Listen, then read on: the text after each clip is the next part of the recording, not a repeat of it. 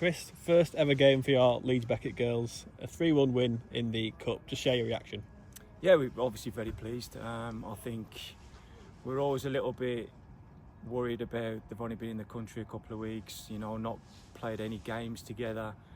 So to get them all out there and to get the win and to get into the next round is really pleasing. I'm so proud of the girls, the effort that they put in.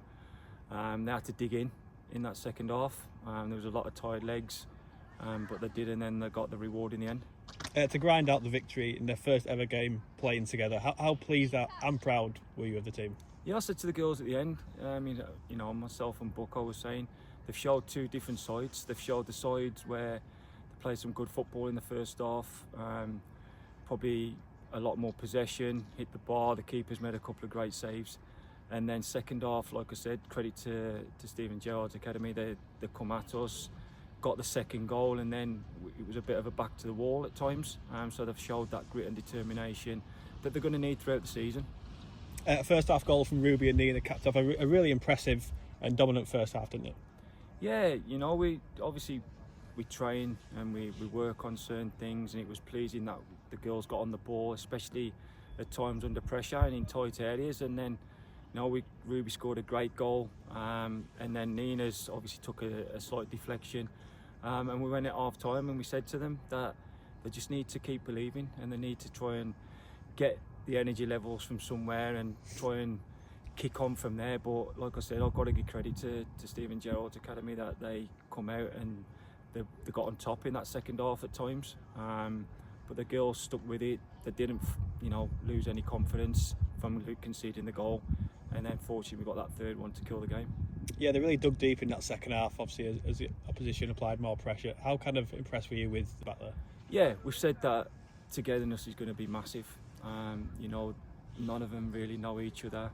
They're building the friendships, they're building the partnerships on and off the pitch, and that was probably the most pleasing thing. Yeah, we played some good football, we scored 3 good goals, but the way they pulled together and they fought for each other. We ended up a couple of girls going off with slight knocks and stuff, bringing players on that had a little knock previously that we just rested them a little bit. And Lenny making her first appearance in 17 months to come in at that stage, I was pleasing with the whole squad. You mentioned getting the third goal right at the end there. It was brilliant taken by Amelia, wasn't it? Yeah, she's some player. She's versatile. She's full of energy, got a lot of ability on the ball as well. But she'll work hard for the team, and she did that today. And I was really impressed with the way she was calm and composed, beat the player on the inside, and then slotted it home. And it was a huge goal because, like I said, they were coming back at us, and that then really did put the game to bed.